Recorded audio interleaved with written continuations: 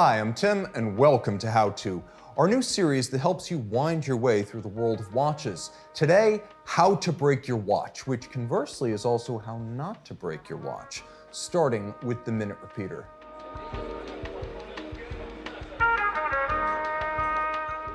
The most busted genre of watches, possibly in the history of watches, the minute repeater gives you so many opportunities to mess up. First, while this Moser is exceptional at 3 ATM water resistance, most of them have none whatsoever for the sonic necessity of letting the sound propagate. The minute repeater does not go swimming. Also important, a minute repeater has a strike barrel, generally charged by pulling a slide. Now, a minute repeater can be a lot like a grenade, but if you half charge the slide and don't pull it all the way, it can be like a grenade with the pin pulled. And while it won't blow your hand off, the service invoice from your watchmaker on the repair will cost you an arm and a leg. Also important, never set the time when the minute repeater is running. Also, never charge the repeater when the crown is withdrawn for setting.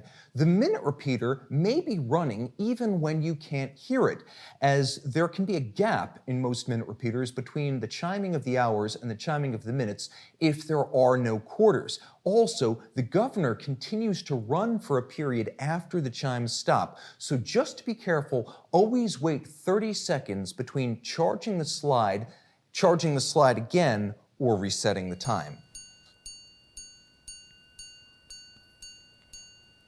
Fun fact, myth busted. You can absolutely operate a minute repeater when the watch part of it's not running. That's just about the only way you can't break a minute repeater.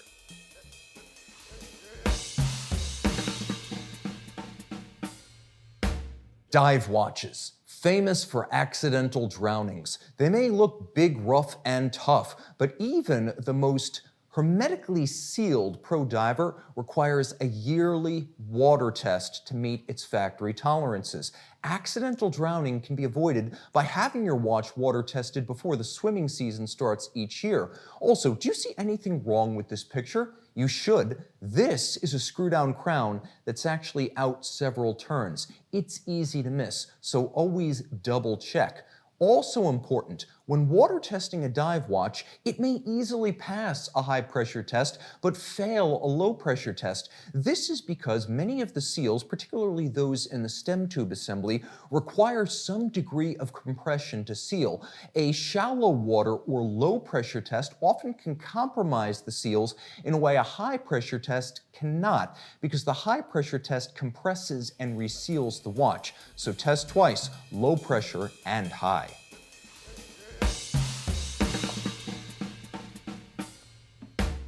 Chronographs. People love to break chronographs. Let's start with the basics. Underwater, don't use the pushers. Some brands say you can do this. I've never seen one of them honor a warranty claim due to drowning of a watch under pusher operation. This is a watch you want to use high and dry. Set it, forget it until you're high and dry again. Also important, stop the watch before resetting. Unless the timepiece is a flyback like this Patek Philippe Nautilus chrono, you do not want to attempt to restart before first stopping, and that is absolutely critical. Also important, if you have a chronograph like this, based on the 7750 architecture, or any lateral clutch, you don't want to leave the chronograph running on a full-time basis. Leaving the chronograph running can wear down the mechanism unless you have a vertical clutch like this Nautilus chrono. This can run full-time. For every other chronograph, my advice to you is run the chronograph no longer than the duration of the largest chronograph register. If that's minutes, limit yourself to minutes. If it's hours, limit yourself to that number of hours. Good gauge for those of us who have 7750s.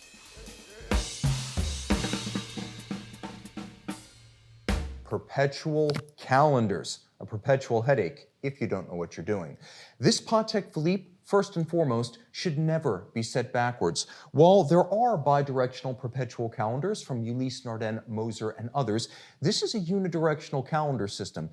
You can't do anything but advance it forward using the pushers, but what you never want to do is turn the time backwards. Also important, you will not use a ballpoint pen on pusher correctors.